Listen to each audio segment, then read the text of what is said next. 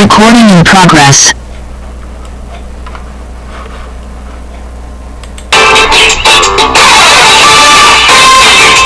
Recording in progress. Destiny in Jesus Christ. Tamil கிறிஸ்தவ வானொலி கனேடிய மண்ணிலிருந்து ஒலிபரப்பாகிறது. மார்க் 16:15, மத்தேயு 24:14 வசனத்தின்படி இயேசு சீசர்களை நோக்கி, நீங்கள் உலகெங்கும் போய் சர்வ சிருஷ்டிக்கும் சுவிசேஷத்தை பிரசங்கியுங்கள். ராஜ்யத்தினுடைய இந்த சுவிசேஷம் பூலோகம் எங்குமுள்ள சகல ஜாதிகளுக்கும் சாட்சியாக பிரசங்கப்படும். அப்பொழுது முடிவு வரும் என்ற வசனத்தின்படி ஆத்துமாக்களை பரலோகத்தில் சங்கமிக்கும் வானொலி சங்கமம் சங்கமம் சங்கமம்.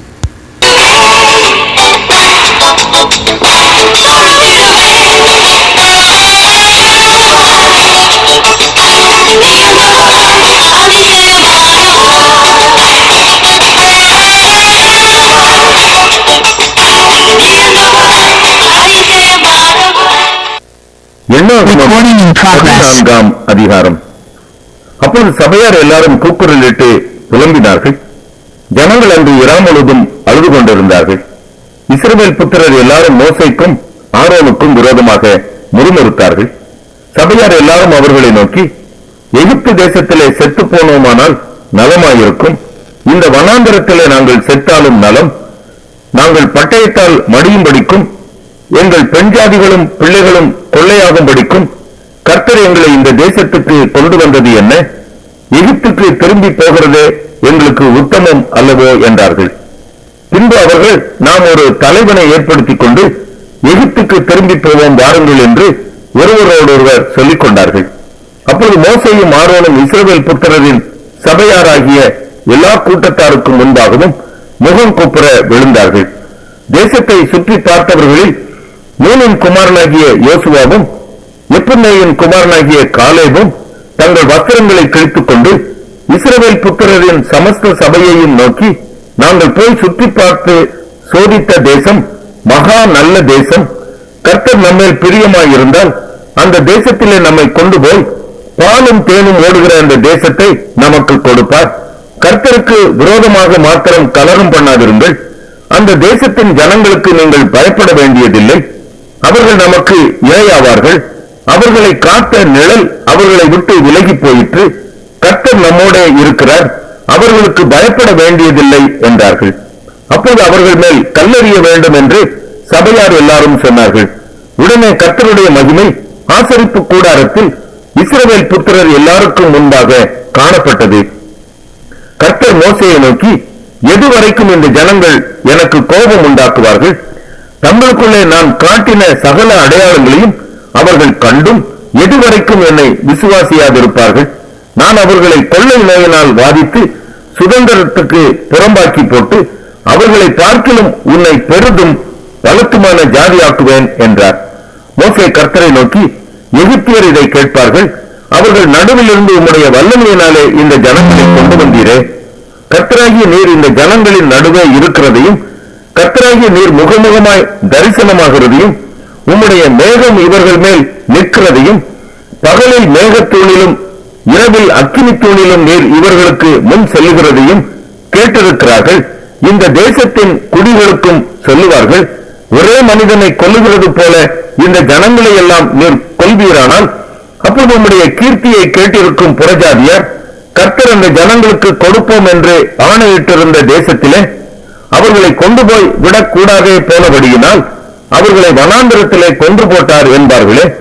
ஆகையால் கர்த்தர் நீடிய சாந்தமும் மிகுந்த கிருபையும் உள்ளவர் என்றும் அக்கிரமத்தையும் மீறுதலையும் மன்னிக்கிறவர் என்றும் குற்றம் உள்ளவர்களை குற்றமற்றவர்களாக விடாமல் பிதாக்கள் செய்த அக்கிரமத்தை பிள்ளைகளிடத்தில் 3ஆம் 4ஆம் தலைமுறை மட்டும் விசாரிக்கிறவர் என்றும் நீர் சொல்லி இருக்கிறபடியே என் ஆண்டவருடைய வல்லமை பெரிதாய் விளங்குவதாக. உமது கிருபையினுடைய மகத்துவத்தின்படியையும் எகிப்தை விட்டது முதல் இந்நாள் வரைக்கும் இந்த ஜனங்களுக்கு மன்னித்து வந்ததின் படியையும் இந்த ஜனங்களின் அக்கிரமத்தை மன்னித்தருளும் என்றான். அப்பொழுது கர்த்தர், உன் வார்த்தையின்படியே மன்னித்தேன். பூமி எல்லாம் கர்த்தருடைய மகிமையினால் நிறைந்திருக்கும் என்று என்னுடைய ஜீவனை கொண்டு சொல்லுகிறேன். என் மகிமையையும் நான் எகிப்திலும் வனாந்தரத்திலும் செய்த என் அடையாளங்களையும் கண்டிருந்தும் என் சத்தத்துக்கு செவிகொடாமல் இதனோட 10 முறை என்னை பரீட்சை பார்த்த மனிதரில் ஒருவரும் அவர்கள் பிதாக்களுக்கு நான் ஆணையிட்டுக் கொடுத்த தேசத்தை காண மாட்டார்கள். எனக்கு கோபம் உண்டாக்கினவர்களில் ஒருவரும் அதை காண மாட்டார்கள். என்னுடைய தாசனாகிய காலேப் வேற ஆவியை உடையவனாய் இருக்கிறபடியினாலும் உத்தமமாய் என்னை பின்பற்றி வந்தபடியினாலும் அவன் போய் வந்த தேசத்திலே அவனை சேர பண்ணுவேன். அவன் சந்ததியார் அதை சுதந்தரித்துக் கொள்ளுவார்கள். அமலேக்கியரும் கானானியரும் பள்ளத்தாக்கிலே குடியிருக்கிறபடியினால் நாளைக்கு நீங்கள் திரும்பி சிவந்த சமுத்திரத்துக்கு போகிற வழியாய் வனாந்தரத்துக்கு பிரயாணம் பண்ணுங்கள் என்றார். இன்னும் கர்த்தர் மோசேயையும் ஆரோனையும் நோக்கி, எனக்கு விரோதமாய் முறுமுறுக்கிற இந்த பொல்லாத சபையாரை எதுவரைக்கும் பொறுப்பேன்? இஸ்ரவேல் புத்திரர் எனக்கு விரோதமாய் முறுமுறுக்கிறதை கேட்டேன். நீ அவர்களோட சொல்ல வேண்டியது என்னவென்றால், நீங்கள் என் செவிகள் கேட்க சொன்ன பிரகாரம் உங்களுக்கு செய்வேன் என்பதை என் ஜீவனை கொண்டு சொல்லுகிறேன் என்று கர்த்தர் உரைக்கிறார். இந்த வனாந்திரத்தில் உங்கள் பிரேதங்கள் விழும். உங்களில் 20 வயது முதல் அதற்கு மேற்பட்டவர்களாக எண்ணப்பட்டு உங்கள் தொகைக்கு உட்பட்டவர்களும் எனக்கு விரோதமாய் முறுமுறுத்திருக்கிறவர்களுமாகிய அனைவரின் பிரேதங்களும் விழும். எப்புன்னேயின் குமாரன் காலேபும் நூனின் குமாரன் யோசுவாவும் தவிர மற்றவர்களாகிய நீங்கள் நான் உங்களை குடியேற்றுவேன் என்று ஆணையிட்டுக் கொடுத்த தேசத்தில் பிரவேசிப்பதில்லை. கொள்ளையாவார்கள் என்று நீங்கள் சொன்ன உங்கள் குழந்தைகளையோ நான் அதில் பிரவேசிக்க செய்வேன். நீங்கள் அசட்டை பண்ணின தேசத்தை அவர்கள் கண்டறிவார்கள். உங்கள் பிரேதங்களோ இந்த வனாந்திரத்திலே விழும். அவைகள் வனாந்திரத்திலே விழுந்து தீரும் மட்டும் உங்கள் பிள்ளைகள் 40 வருஷம் வனாந்திரத்திலே திரிந்து நீங்கள் சோரம் போல பாதகத்தை சுமப்பார்கள். நீங்கள் தேசத்தை சுற்றி பார்த்த 40 நாள் இலக்கத்தின்படியே ஒவ்வொரு நாள் ஒவ்வொரு வருஷமாக நீங்கள் 40 வருஷம் உங்கள் அக்கிரமங்களை சுமந்து என் உடன்படிக்கைக்கு வந்த மாறுதலை உணர்வீர்கள். கர்த்தராகிய நான் இதை சொன்னேன். எனக்கு விரோதமாய் கூட்டம் கூடின இந்த பொல்லாத சபையார் யாவருக்கும் இப்படியே செய்வேன். இந்த வனாந்திரத்திலே அழிவார்கள், இங்கே சாவார்கள் என்று சொல் என்றார். அந்த தேசத்தை சோதித்து பார்க்கும்படி மோசேயால் அனுப்பப்பட்டு திரும்பி அந்த தேசத்தை குறித்து துர்செய்தி கொண்டு வந்து சபையார் எல்லாரும் அவனுக்கு விரோதமாய் முறுமுறுக்கும்படி அந்த துர்செய்தியை சொன்னவர்களாகிய அந்த மனிதர் கர்த்தருடைய சந்நிதியில் வாதையினால் செத்தார்கள். தேசத்தை சுற்றி பார்க்க போன அந்த மனிதரில் நூனின் குமாரனாகிய யோசுவாவும் எப்புன்னேயின் குமாரனாகிய காலேபும் மாத்திரம் உயிரோடு இருந்தார்கள். மோசே இந்த வார்த்தைகளை இஸ்ரவேல் புத்திரர் அனைவரோடும் சொன்னபோது ஜனங்கள் மிகவும் துக்கித்தார்கள். அதிகாலமே அவர்கள் எழுந்திருந்து, நாங்கள் பாவம் செய்தோம், கர்த்தர் வாக்குத்தத்தம் பண்ணின இடத்துக்கு நாங்கள் போவோம் என்று சொல்லி மலையின் உச்சியில் ஏற துணிந்தார்கள். மோசே அவர்களை நோக்கி, நீங்கள் இப்படி கர்த்தரின் கட்டளையை மீறுகிறதென்ன? அது உங்களுக்கு வாய்க்காது. நீங்கள் உங்கள் சத்துருக்களுக்கு முன்பாக முறிய அடிக்கப்படாதபடிக்கு ஏறி போகாதிருங்கள். கர்த்தர் உங்கள் நடுவில் இரார். அமலேக்கியரும் கானானியரும் அங்கே உங்களுக்கு முன்னே இருக்கிறார்கள். பட்டயத்தினால் விழுவீர்கள். நீங்கள் கர்த்தரை விட்டு பின்வாங்கினபடியால் கர்த்தர் உங்களோடு இருக்க மாட்டார் என்றான். ஆனாலும் அவர்கள் மலையின் உச்சியில் ஏற துணிந்தார்கள். கர்த்தருடைய உடன்படிக்கையின் பெட்டியும் மோசேயும் பாளையத்தை விட்டு போகவில்லை. அப்பொழுது அமலேக்கியரும் கானானியரும் அந்த மலையிலே இருந்து இறங்கி வந்து அவர்களை முறிய அடித்து அவர்களை ஓர்மா மட்டும் துரத்தினார்கள்.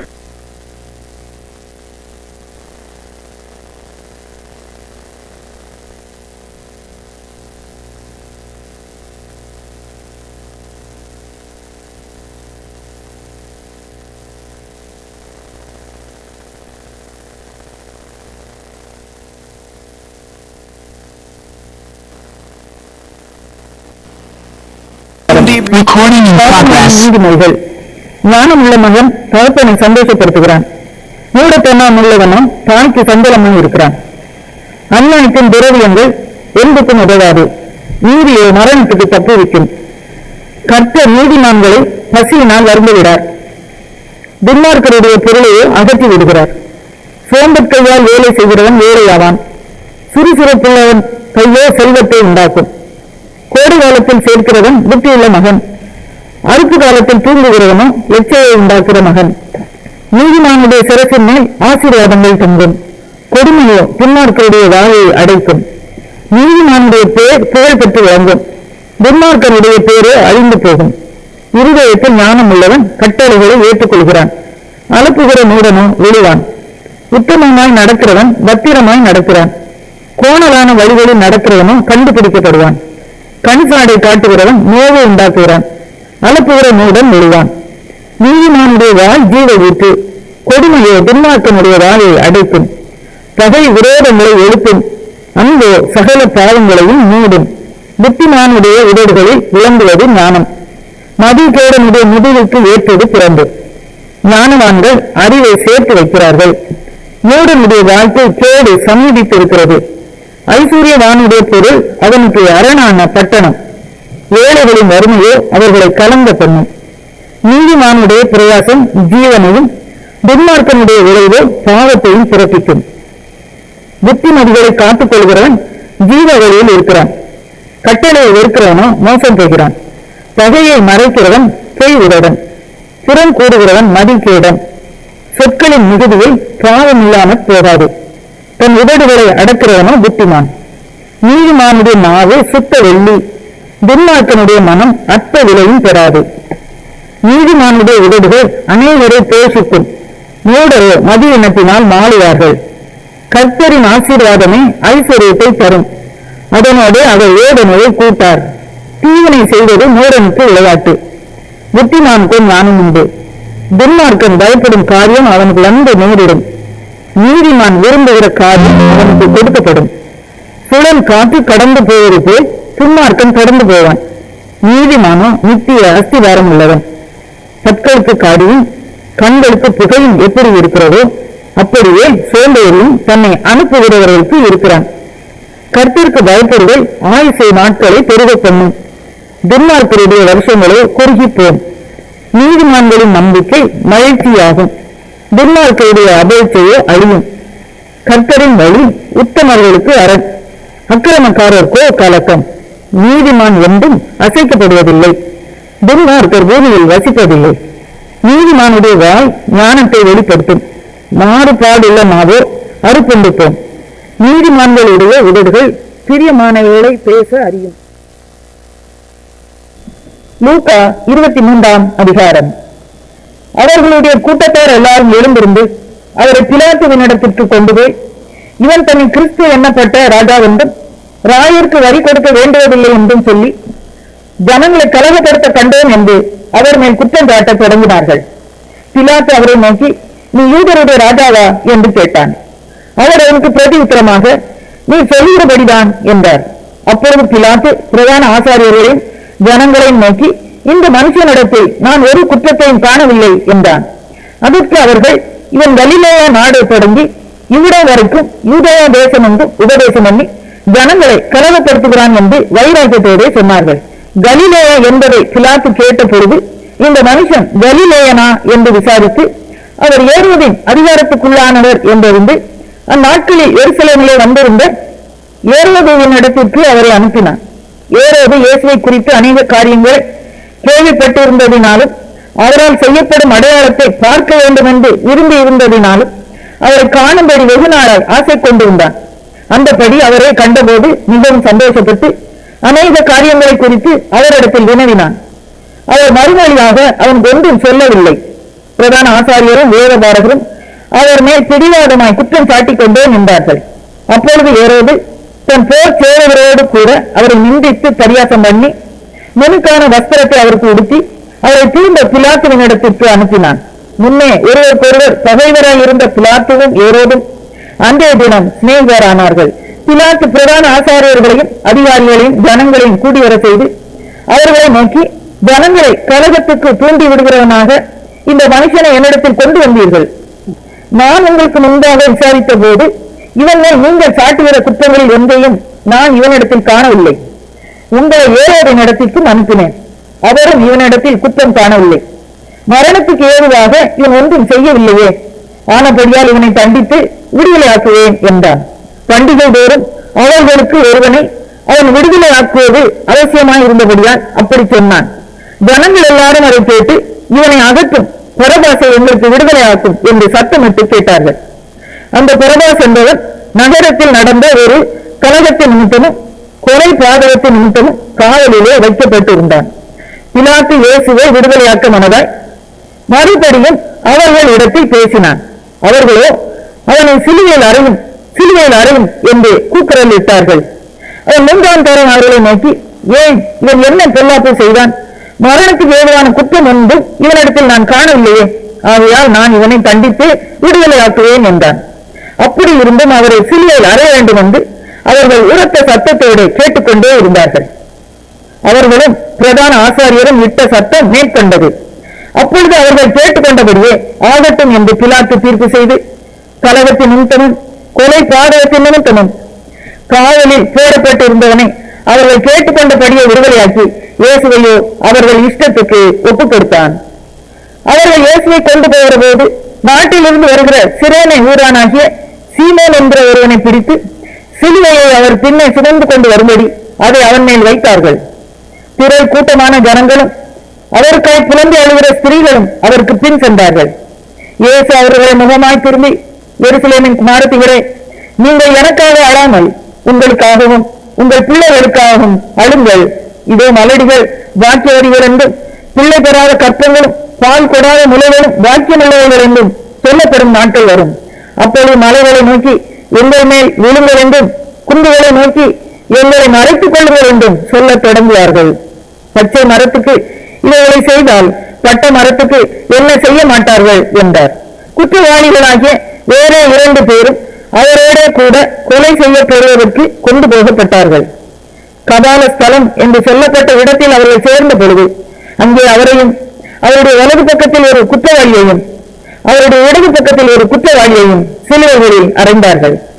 அப்பொழுது இயேசு, பிதாவே, இவர்களுக்கு மன்னியும், தாங்கள் செய்கிறது என்னவென்று அறியாதிருக்கிறார்களே என்றார்.